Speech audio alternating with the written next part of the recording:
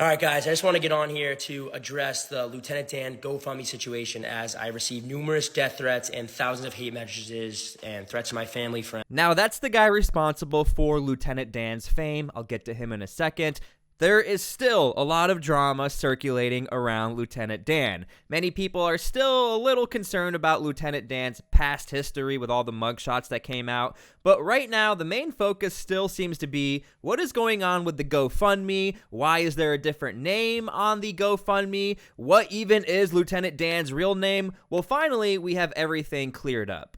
People then fell in love with Joe after a few interviews and were begging me to make him a GoFundMe, so that is what I did. The GoFundMe was set at $2,500, and all it was to get him a new boat and maybe some money for some food and a scooter for transportation. It was never supposed to get to where it is now. I mistakenly put the GoFundMe under my friend's name as a way to get the $2,500 out quick and give it to him and be done with it. And the reason why this is all relevant is because all of a sudden you had a counter viral video pretty much calling out the fact that, look, Dan, he's not even using his real name in the GoFundMe. Where's the GoFundMe money going? Watch this clip. First off, this man has a GoFundMe with over $20,000 in it. He's not homeless.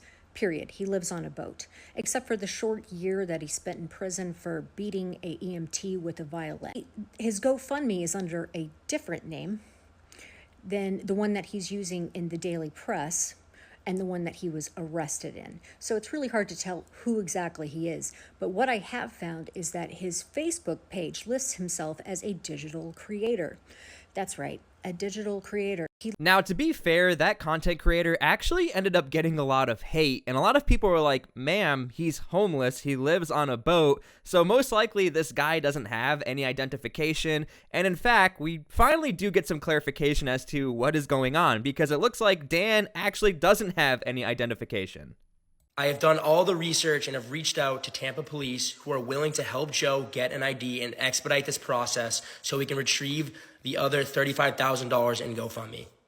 I have retrieved all the money that was sent to my friend, and I've gotten $7,000 in cash, and which will I be giving to him today. Okay, so I did some top tier research, and it literally only took me about 5 seconds to see whether or not GoFundMe will allow you to raise funds for somebody else, or as they say, can you raise funds for someone else and designate them as the beneficiary of the fundraiser? And it looks like GoFundMe does allow you to do that. And look, that makes complete sense, because a lot of times you'll see GoFundMes of somebody super sick or they're terminally ill and they need help. So obviously they don't have access to the computer or they don't have the means to do the GoFundMe. So again, this is actually rather common, but I think this is where the gray area is. And I think this is where people, on the internet really are almost getting sick of this.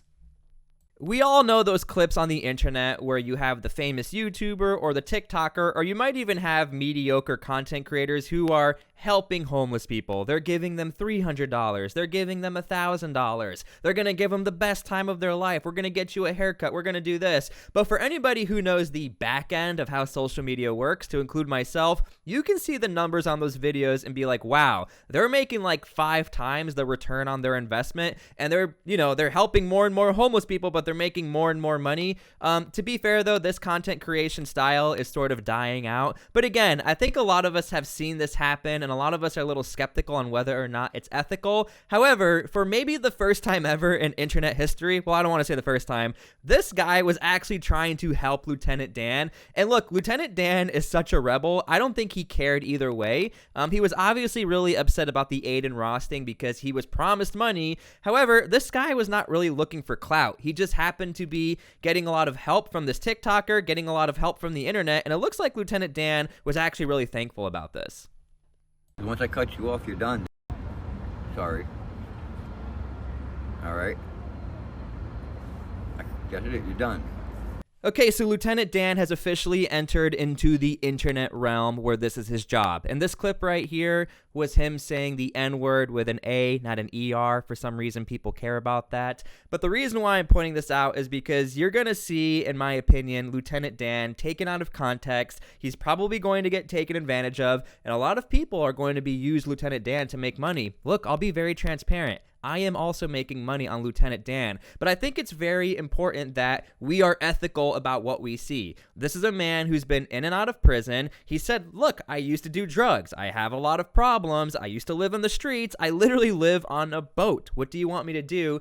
And I think this right here is where the internet absolutely destroys people's lives. Even though there are a lot of great intentions for people like Lieutenant Dan, this business can be rather harsh. I'm not going to say it's like Hollywood or like a cult, but again, the fact that one of the first clips we're seeing of Lieutenant Dan starting to do live streams or come out to the public is him saying the N-word, I already know off the bat things are maybe going to get a little worse for Lieutenant Dan, considering he's not that ad friendly, if you will, and that's great. I think people want a raw sense of who this man is. And look, you can't fault the guy. He literally came from prison, from the streets. He said, I've had a rough past. What do you expect?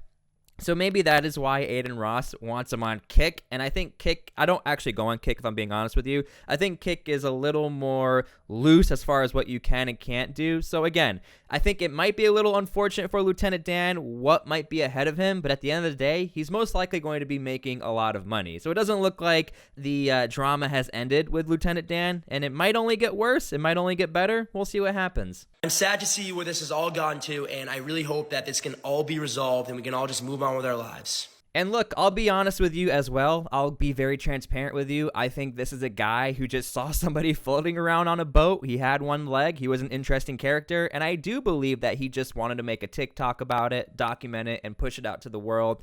I don't think there was any ill intention. I don't think he wanted Lieutenant Dan as a personal bank account to make a ton of money, because again, he did the GoFundMe and the guy is still making content on Lieutenant Dan. Like, it's obviously working for him. That is fine. I'm doing the same thing. I think a lot of people are, because it's an interesting story. But look, it is really unfortunate, and this is what the internet does. You do something good, a lot of bad comes out of it, a lot of good comes out of it. But look, at the end of the day, I think this was all done with good intentions, and it looks like Lieutenant Dan is at least getting the help that he needs.